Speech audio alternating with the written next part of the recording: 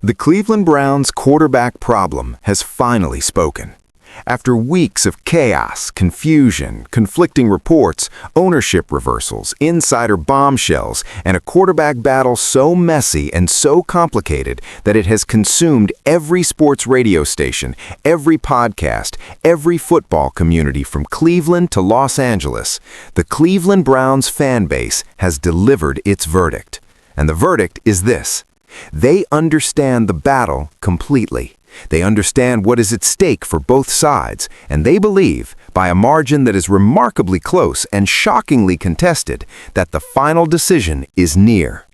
The Browns' QB battle between Shedeur Sanders and Deshaun Watson is approaching its resolution point.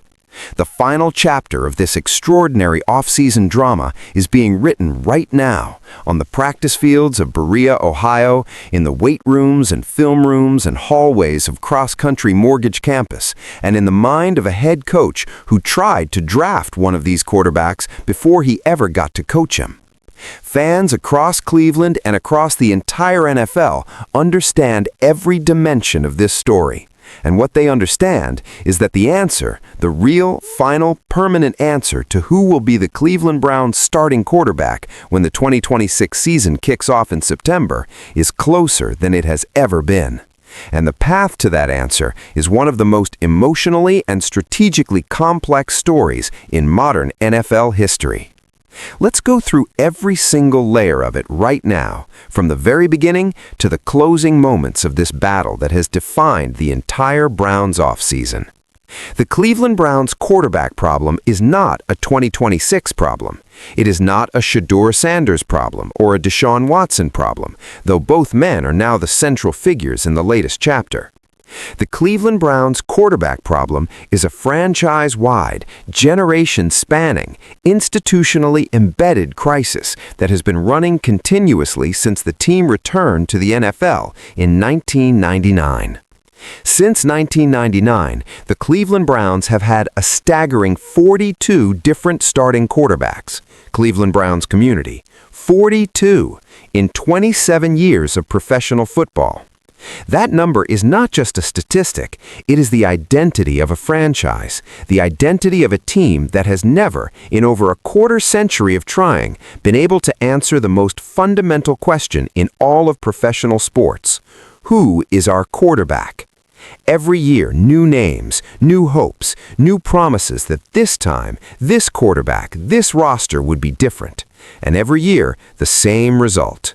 The carousel kept spinning, the losses kept mounting, the fans kept returning to their seats in Huntington Bank Field with the kind of determined, heartbroken loyalty that only the most passionate sports communities on earth are capable of sustaining in the face of consistent, documented, institutional failure. Into this 27-year disaster walked the most expensive and most controversial quarterback transaction in NFL history. In March of 2022, the Cleveland Browns traded away 3 first-round picks, 3 first-round selections that could have built an entire young defensive core, 3 opportunities to draft cornerstone players at the most valuable positions in the league, and handed Deshaun Watson a 5-year, fully guaranteed contract worth $230 million.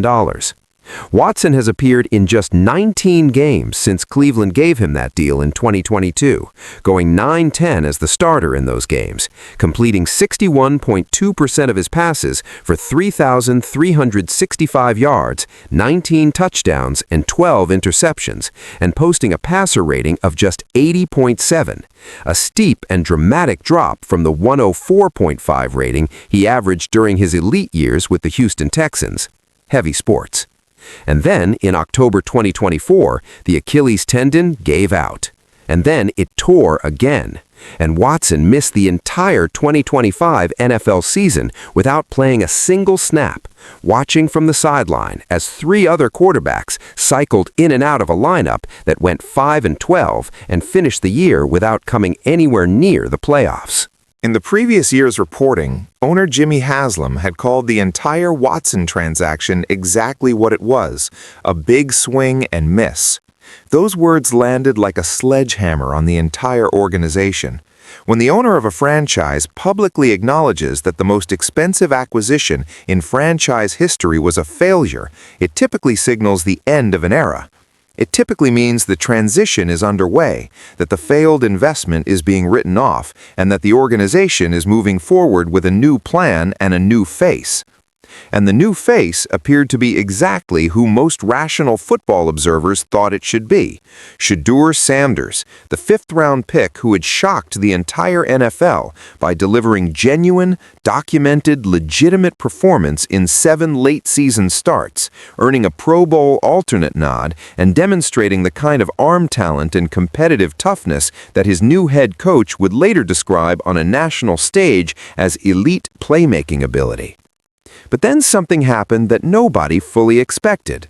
The owner changed his mind, or at least he changed his language.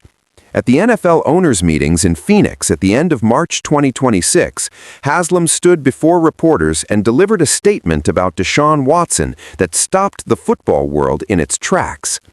Deshaun has a great chance, fresh start, offensive-minded coach who has in his past been able to work with all kinds of different quarterbacks and make them successful, Haslam said. So Deshaun has a great chance to do that now. We talked to him the other day and he said he weighs the least he has in several years. He is in great shape. He'll be in Cleveland on April 7th when we start OTAs. Heavy sports. We're all excited.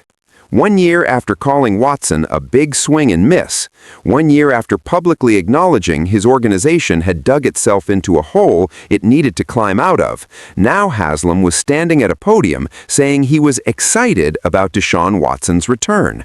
The whiplash was immediate and total. Browns reporter Mary Kay Cabot, who has covered this franchise for over 3 decades and has seen every version of every quarterback drama it has produced, processed Haslam's comments with a statement that froze Cleveland football fans in their scrolling. Jimmy was so effusive in his praise of Deshaun, so excited about him, so positive about him, that it really leads me to believe that they are thinking seriously of him being their starting quarterback in 2026. And Deshaun Watson, if the season started tomorrow, I actually think he probably would be the starter. Yardbarker.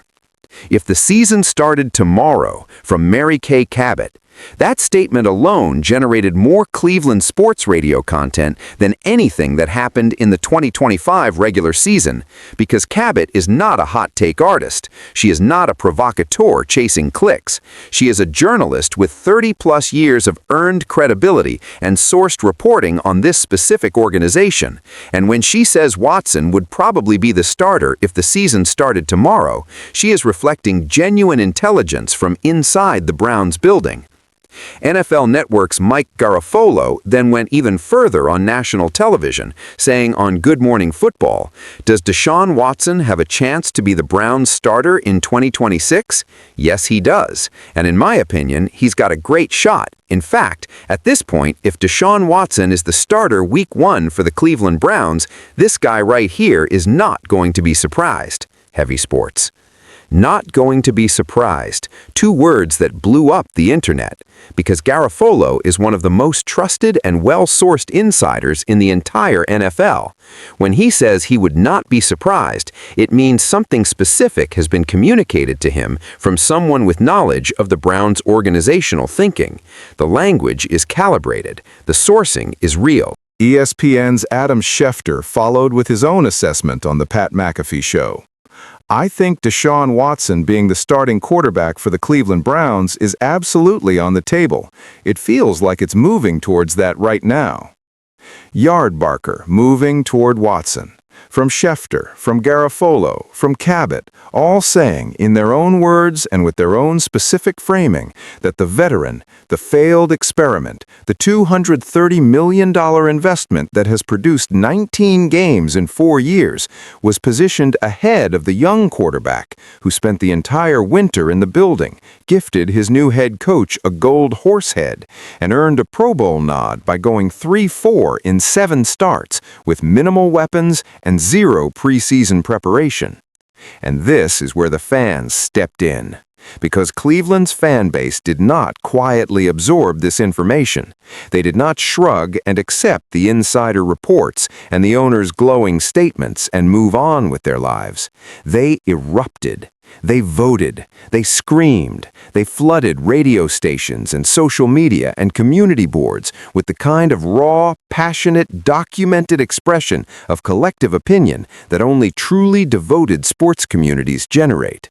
One fan, in a post that went viral across Cleveland football communities, said simply and devastatingly, "The Watson trade wrecked our franchise. We need to see what Sanders can do with protection for the first time in God knows how long, and some new weapons and a full offseason of real coaching." Another was even more direct. "Honestly, there shouldn't even really be a second thought on this decision. We already tried the Watson experiment.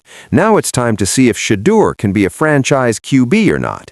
If not, then we draft our future QB in 2027. I believe Watson is an afterthought."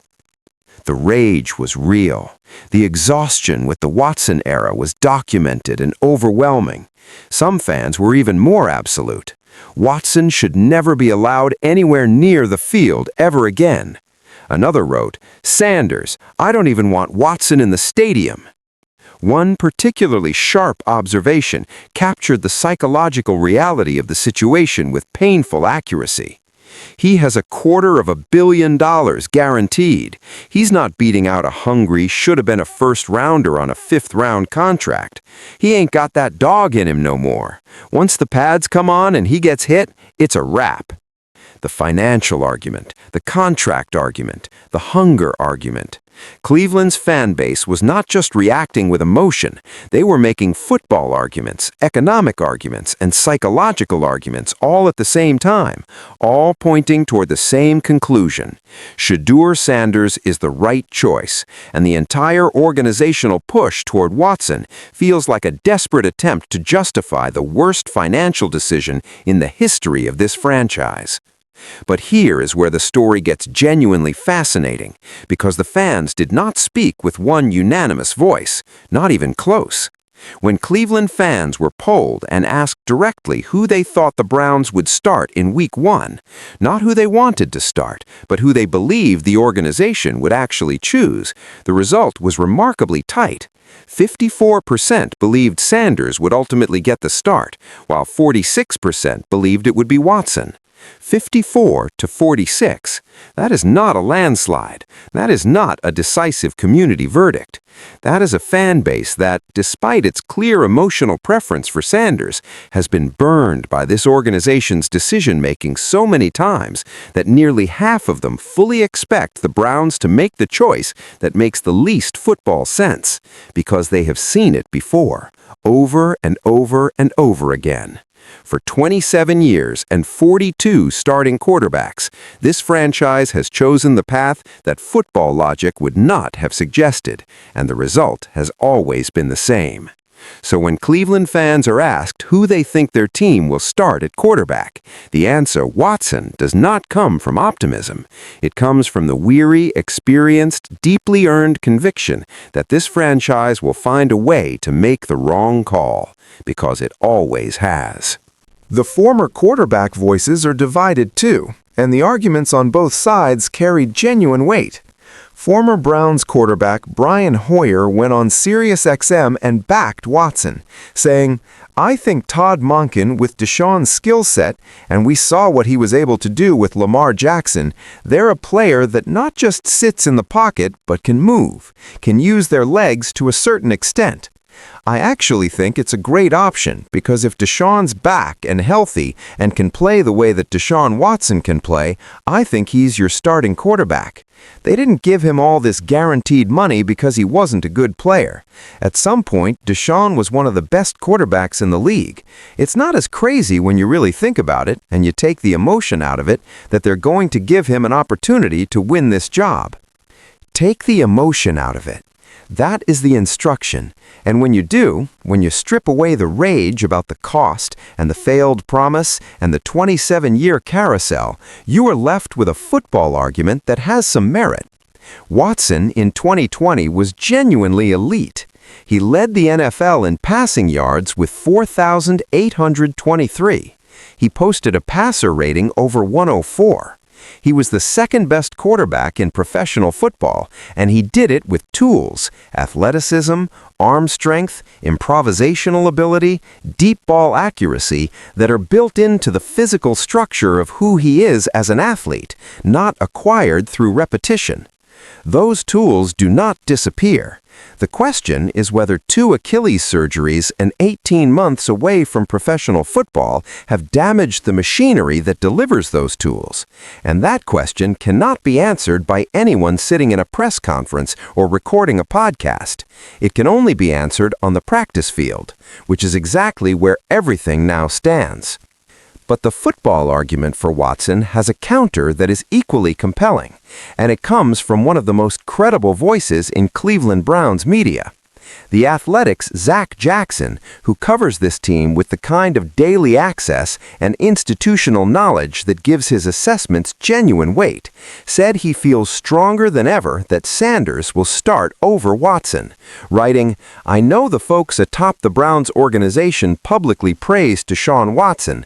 I wholeheartedly believe there's excitement for Watson getting healthy and trying to come back from his injuries and previous failures in Cleveland. But I feel stronger than ever that Sanders, not Watson, is the favorite to win the starting job.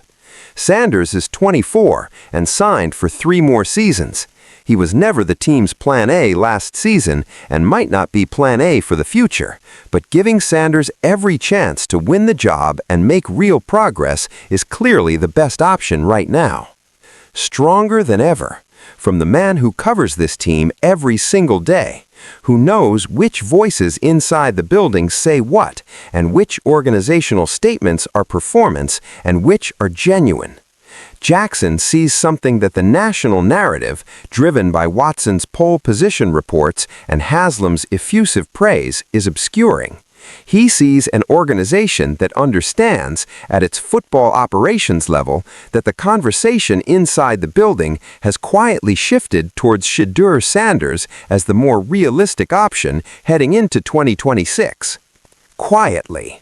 That word is doing a lot of work in that sentence. Because publicly, the Browns are saying all the right things about Watson. They are keeping his confidence up, they are honoring the investment, they are giving the fan base and the media a story to follow. But quietly, in the actual football conversations, in the actual rep distribution planning, in the actual scheme installation that Todd Monken is overseeing, it is Sanders who is being treated as the franchise's present and future. Former Pro Bowl quarterback Matt Hasselbeck added the most clinical assessment of all. "I really don't think Watson has a shot. He's been away from the game for so long. He has had 2 Achilles injuries. I think his credibility in the locker room has been compromised because of his past. I do think there are too many things. And so I think Shedeur Sanders finds himself in a remarkable position." Athlon Sports. A remarkable position.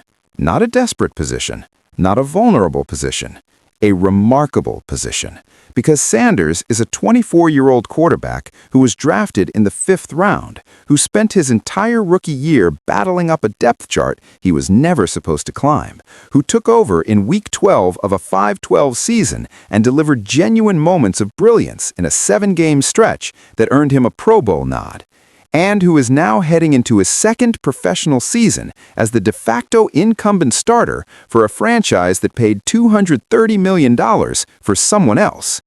That is remarkable. And Hasselbeck's point about Watson's credibility in the locker room is critical, because a quarterback's ability to lead is inseparable from his teammates' belief in him, and the combination of documented failures, legal controversies, injuries, and long absences has made Watson's relationship with his own teammates genuinely complicated in a way that no amount of polished press conference language can fully repair. And then there is the Todd Monken dimension, the head coach who holds the actual answer, the man who will make the final call and whose every public statement has been studied with microscopic intensity for clues about which direction he is leaning. Monken said at the NFL League meetings that reps would not be divided equally when OTAs began on April 7th, and that basically what we've seen in the past and where the year ended last year will determine who gets the first crack at QB1. NFL. Where the year ended last year. Watson did not play. Sanders started the final 7 games and won his last 2. By that metric, the only metric Monken publicly specified, Sanders is the logical choice to receive the bulk of the opening OTA reps. ESPN's Dan Graziano offered the counter-narrative to Garafolo on the Get Up program, saying that reading tea leaves and talking to people, he believed the most likely scenario was that Sanders begins the offseason and opens the season as the starter. I know the owner, Jimmy Haslam, said something about Deshaun Watson having a great chance. Deshaun Watson has played 19 games in the last 5 years. They don't have any idea what they're going to get from him. Heavy sports, Graziano said. 2 major NFL insiders. Garafolo says Watson is in pole position. Sanders is the more likely starter. Both with sources, both credible, both contradicting each other in real time. And the fan base watching all of this unfold with the exhausted intensity of people who have been through this exact type of uncertainty too many times to count. And then came the bombshell that genuinely changed the complexion of the entire Watson conversation. Browns GM Andrew Berry, at the NFL owners' meetings, raised eyebrows by leaving the door open on a Watson contract extension, telling reporters there is no rule against extending a player if he performs. "We're probably just more focused on performance and best players," Berry said. Certainly, time horizon factors into that, but just with any veteran player, there's no rule against extending the player's contract if they perform and they do well. Heavy sports. And the fans, 54% of them, believe Sanders will ultimately get the start. But 46% of them, carrying the weight of 27 years of quarterbacks who did not work out, believe the organization will find its way back to Watson one more time. Dogs by nature, that split tells the whole story. It is not a split about football talent or football logic or football analysis. It is a split about organizational psychology, about whether the Cleveland Browns have finally, after all these years and all this failure, learned to trust the football decision over the financial one, the future over the sunk cost, the young, hungry second-year player over the $230 million investment that is heading toward its last opportunity. The final decision is near, and when it comes, when Todd Monken walks into that press conference and announces who will be taking first-team reps, who will be his Week 1 starter, who will be the man standing behind center when the 2026 Cleveland Browns season begins, it will end one chapter of this story and immediately begin another. If it is Sanders, it is the dawn of something genuinely new in Cleveland. A young, talented, motivated quarterback with elite tools and 3 more contract years ahead of him, operating in an offense designed by a head coach who fought to draft him, in front of weapons that are better than anything he had as a rookie, with a defensive unit built around Myles Garrett that can actually help keep games close. If it is Watson, it is the last chapter of a story that everyone already knows the ending to, a final, one-season chance at redemption that almost nobody outside of the organization's financial decision-makers believes is genuinely possible, but that the sunk-cost psychology of professional sports will not allow Cleveland to simply walk away from without one final look. The fans understand this battle completely. They have lived every day of it. They have processed every statement, every insider report, every OTA photo, every horsehead story, every contradictory insider quote. They are divided by emotion, by football logic, by the weight of their own history as fans of a franchise that has never been able to get this right. And they are watching, all 54% and all 46% of them, with the particular intensity of people who know that the answer is coming soon, that the final decision is near, that this specific quarterback battle, Shedeur Sanders versus Deshaun Watson, youth versus experience, future versus past, $230 million worth of sunk cost versus a 5th-round pick who refuses to accept the version of his story that the pre-draft process tried to write, is reaching its conclusion.